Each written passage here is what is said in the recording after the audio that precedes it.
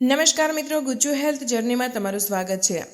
વિચારો, જો ફક્ત એક વસ્તુને આખી રાત પલાળીને ખાવાથી તમારી ઉંમર વધવા લાગે અને સાથે સાથે હાથ પગ અને સાંધાનો જે દુખાવો છે તે પણ જાદુની જેમ ગાયબ થઈ જાય। તમને આ એક મજાક લાગતી હશે, ખરું ને? પરંતુ આ મજાક નથી, સત્ય છે। આપણા વડીલો હંમેશા કહેતા કે રાતનું પલાળેલું સવારે ઉઠાડેલું એ શરીર માટે અમૃત સમાન છે, કારણ કે આખી રાત પલાળવાથી એ વસ્તુના પોષક તત્વો અનેક ગણા વધી જાય છે। આપણા પ્રાચીન આયુર્વેદિક શાસ્ત્રોનું એક મૂળભૂત સૂત્ર છે, વાત પિત્ત કફ એવચ ત્રયોદશ સમાસેવ, જેનો અત્યંત સરળ અર્થ એ છે કે આપણું આખું શરીર મુખ્યત્વે વાત એટલે કે વાયુ, પિત્ત એટલે કે ગરમી અને કફ એટલે કે પાણી, આ ત્રણેય દોષોના સંતુલન પર ચાલે છે। જ્યારે આ સંતુલન બગડે છે ત્યારે શરીરમાં રોગોની શરૂઆત થઈ જાય છે। ખાસ કરીને વાત દોષ બગડવાથી નસો અને સાંધાની તકલીફો સૌથી પહેલા દેખાય છે। આજે હું તમને એક એવો અક્ષીર ઘરગથ્થુ નુસ્ખો જણાવીશ જે શરીરમાં લોહીના પરિભ્રમણને એટલે કે લોહીને આખા શરીરમાં બરાબર ફરવાની ક્રિયાને સુધારશે, નસોને અંદરથી તાકાત આપશે અને દરેક પ્રકારના સાંધા અને માંસપેશીઓના દુખાવામાં પણ તમને આરામ આપશે। અને ખબર છે સૌથી સારી વાત શું છે? આ ચમત્કારિક વસ્તુ તમારા રસોડામાં તમારી આંખ સામે જ હાજર છે। મને યાદ છે, અમારા જ એક વડીલ માજી હતા, જેઓ દરરોજ સાંધા અને માંસપેશીઓના દુખાવાથી પરેશાન આખો દિવસ રહેતા, થાકને કારણે ખૂબ પરેશાન રહેતા। તેમની આંખોમાં એક થાક દેખાતો હતો। તેઓ પોતાનો દિવસ પણ સરખી રીતે પસાર નહોતા કરી શકતા। ઘણી બધી દવાઓ લીધા પછી પણ તેમને કોઈ કાયમી આરામ નહોતો મળી રહ્યો। બસ થોડી વાર સારું લાગે અને પછી પાછું એ જ તેમના જીવનમાં સાચો ફેરફાર ત્યારે આવ્યો જ્યારે મેં તેમને આપણા વડીલોએ જ બતાવેલો એક જૂનો અક્ષીર નુસ્ખો સૂચવ્યો, જેનાથી માત્ર 3 જ અઠવાડિયામાં તેમના દુખાવામાં ઘણો આરામ મળ્યો અને તેમની ખોવાયેલી ઉર્જા પણ પાછી આવવા લાગી। અને જાણો છો, આ એ જ નુસ્ખો છે જે આજે હું તમારી સાથે હૃદયથી શેર કરવા જઈ રહી છું। સાચું કહું તો મિત્રો, આપણામાંથી મોટા ભાગના લોકો એક યા બીજા આવા જ દુખાવામાંથી પસાર થઈ રહ્યા છે।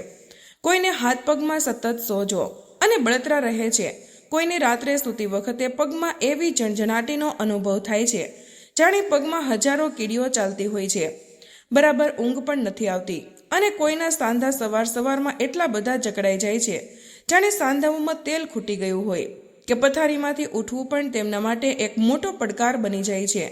શું તમારી સાથે પણ સવારે ઉઠતી વખતે સાંધા જકડાઈ જવાનું કે ઝણઝણાટી થવાનું બને છે? મને કમેન્ટમાં જરૂર જણાવજો। અને એટલું જ નહીં, નાની નાની વાતે થાક લાગી જવો, શરીરમાં નબળાઈ લાગવી, ક્યારેક અચાનક ઊભા થવા જતાં આંખો અંધારા આવવા કે ચક્કર આવવા, યાદશક્તિ ધીમે ધીમે નબળી પડવી, અને બધા એવા લક્ષણો છે જે સ્પષ્ટ ઇશારો કરે છે કે તમારી નસોમાં ક્યાંક અવરોધ બની રહ્યો છે, એટલે કે બ્લોકેજ થઈ રહ્યું છે અને તે નસો ધીમે ધીમે નબળી પડી રહી છે। પરંતુ શું તમે જાણો છો કે નસોના આ અવરોધ અને નબળાઈને આપણે કુદરતી રીતે આપણા ઘરગથ્થુ ઉપચારથી, મોંઘી દવાઓ વગર અને કોઈ પણ આડઅસર વગર દૂર કરી શકીએ છીએ। તો ચાલો થોડી જ વારમાં હું તમને એ અદ્ભુત નુસ્ખો જણાવીશ, પરંતુ તે પહેલાં એ સમજવું ખૂબ જરૂરી છે કે આખિર આ નસોમાં નબળાઈ કે અવરોધ શા માટે આવે છે। આમ તો તેના ઘણા કારણો હોઈ શકે છે, પરંતુ આપણા આયુર્વેદ અને આધુનિક વિજ્ઞાન મુજબ સૌથી મોટું કારણ છે ડાયાબિટીસ એટલે કે મધુમેહ। જી હા મિત્રો, જ્યારે લોહીમાં શુગરનું એટલે કે સાકરનું પ્રમાણ વધારે રહે છે ત્યારે તે ધીમે ધીમે આપણી નાની નાની નસોને અંદરથી પોકળ બનાવી દે છે, તેને નુકસાન પહોંચાડવાનું શરૂ કરી દે છે, જેને ડોક્ટરી ભાષામાં ડાયાબિટીક ન્યુરોપેથી કહે છે। આ એ સ્થિતિ છે જેમાં ડાયાબિટીસને કારણે આપણી નસોના છેડા નબળા પડવા લાગે છે, જેનાથી જ પગના તળિયે બળતરા, ખાલી ચડી જવી કે ઝણઝણાટીનો અનુભવ થાય છે। બીજી મોટું કારણ છે હાઈ બ્લડ પ્રેશર એટલે કે લોહીનું ઊંચું દબાણ।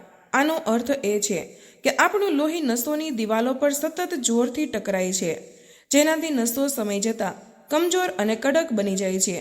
ત્રીજું છે કોલેસ્ટ્રોલ અને શરીરમાં જમા થયેલી વધારાની ચરબી। કોલેસ્ટ્રોલ એટલે કે એક ચીકણો પદાર્થ જે આપણી નસોમાં ધીમે ધીમે જામીને લોહીના વહેણને રોકે છે। જેમ રસોડાની પાઇપમાં ધીમે ધીમે ચિકાસ જામી જાય અને પાણી જતું બંધ થઈ જાય, એવું જ આપણી નસોમાં આ ખરાબ ચરબી કરે છે. ચોથું કારણ છે કોઈ પણ પ્રકારનું ઇન્ફેક્શન કે ચેપ. પાંચમું છે હોર્મોનલ અસંતુલન, એટલે કે શરીરના આંતરિક રસાયણોમાં ગડબડ. આપણા શરીરમાં ઘણા એવા કુદરતી સંદેશવાહક તત્વો હોય છે જે શરીરના બધા કાર્યોને નિયંત્રણમાં રાખે છે. તેમાં ગડબડ થવાથી પણ આવી તકલીફો થાય છે. આ ખાસ કરીને બહેનોમાં વધારે જોવા મળે છે. અને છઠ્ઠું કારણ છે આપણી કિડની કે લીવરની નબળાઈ, જેના કારણે શરીરમાં ઝેરી તત્વો એટલે કે ટોક્સિન્સ, જેને આપણે સાદી ભાષામાં શરીરનો કચરો કહી શકીએ, જે જમા થવા લાગે છે. આ કચરો જ્યારે પેશાબ કે પરસેવા વાટે બરાબર બહાર નથી નીકળતો ત્યારે તે નસોમાં જમા થઈને લોહીને બરાબર ફરવા દેતો નથી. આ બધી જ વસ્તુઓ મળીને તમારી નસોમાં નબળાઈ પેદા કરે છે અને તેના પરિણામે જ દુખાવો, થાક અને આખા શરીરમાં નબળાઈનો અનુભવ થવા લાગે છે.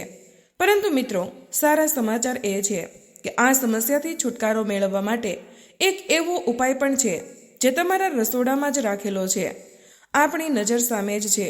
આપણા રસોડામાં જ એક નાનકડી વેધશાળા છુપાયેલી છે. બસ તેને ઓળખવાની જરૂર છે અને ખૂબ જ સાધારણ વસ્તુઓથી તમે તેને સહેલાઈથી બનાવી શકો છો. અને હવે હું તમને એ જ નુસ્ખો સ્ટેપ બાય સ્ટેપ, એટલે કે એક પછી એક બધી વિધિ વિસ્તારપૂર્વક જણાવવા જઈ રહી છું. તો વિડીયોમાં મારી સાથે જોડાયેલા રહેજો. મિત્રો, આ નુસ્ખો 3 ખૂબ જ સાધારણ વસ્તુઓથી બને છે અને આ નુસ્ખો જણાવ્યા પછી હું તમને આ ઉપાયની સાથે અંતમાં એક બૂસ્ટર સ્ટેપ પણ જણાવીશ, જે તેની અસરને બમણી 3 ગણી કરી શકે છે. શું તમે આ ખાસ બૂસ્ટર સ્ટેપ જાણવા માટે ઉત્સુક છો?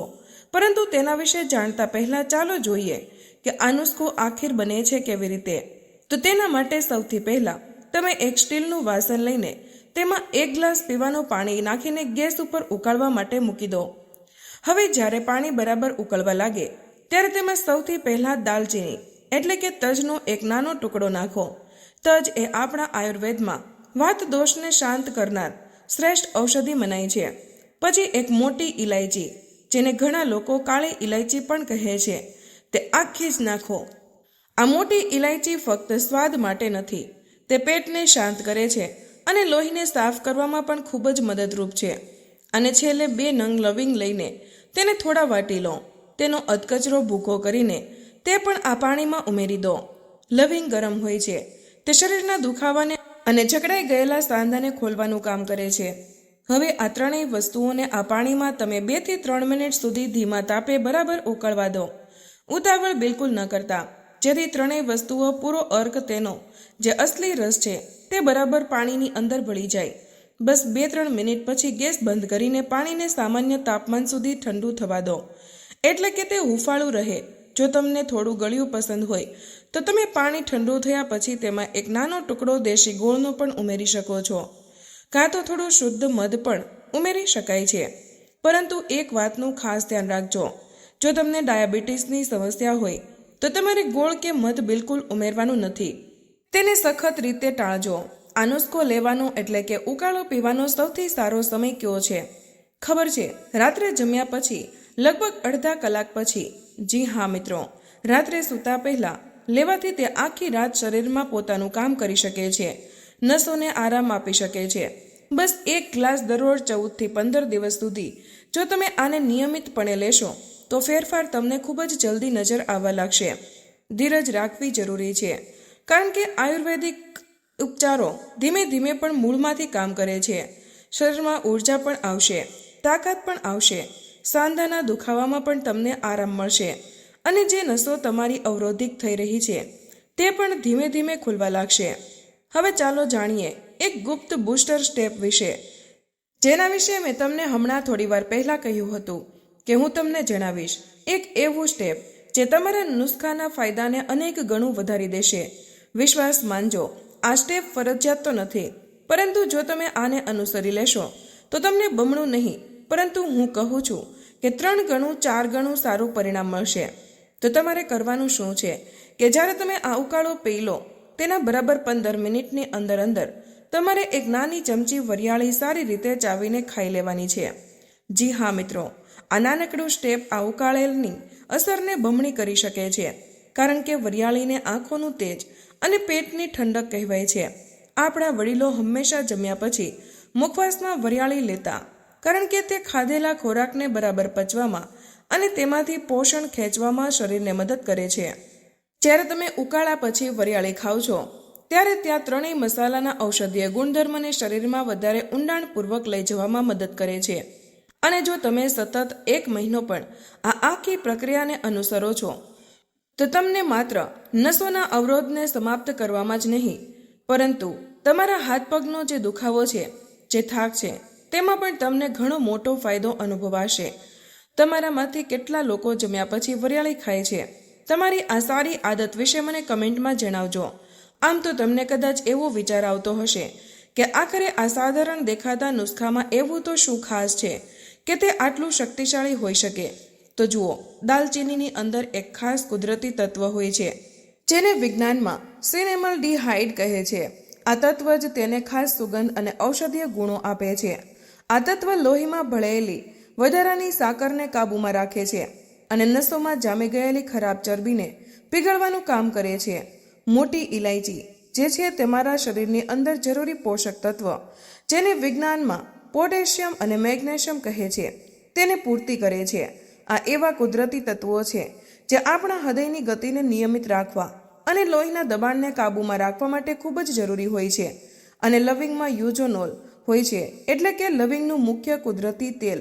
લવિંગનો જે તીખો સ્વાદ અને ગુણ છે તે આ તેલના આભારી છે. આ તત્વ કુદરતી પેનકિલર જેવું છે. તે સાંધાનો સોજો અને પીડા બંનેને એકસાથે ઓછા કરે છે.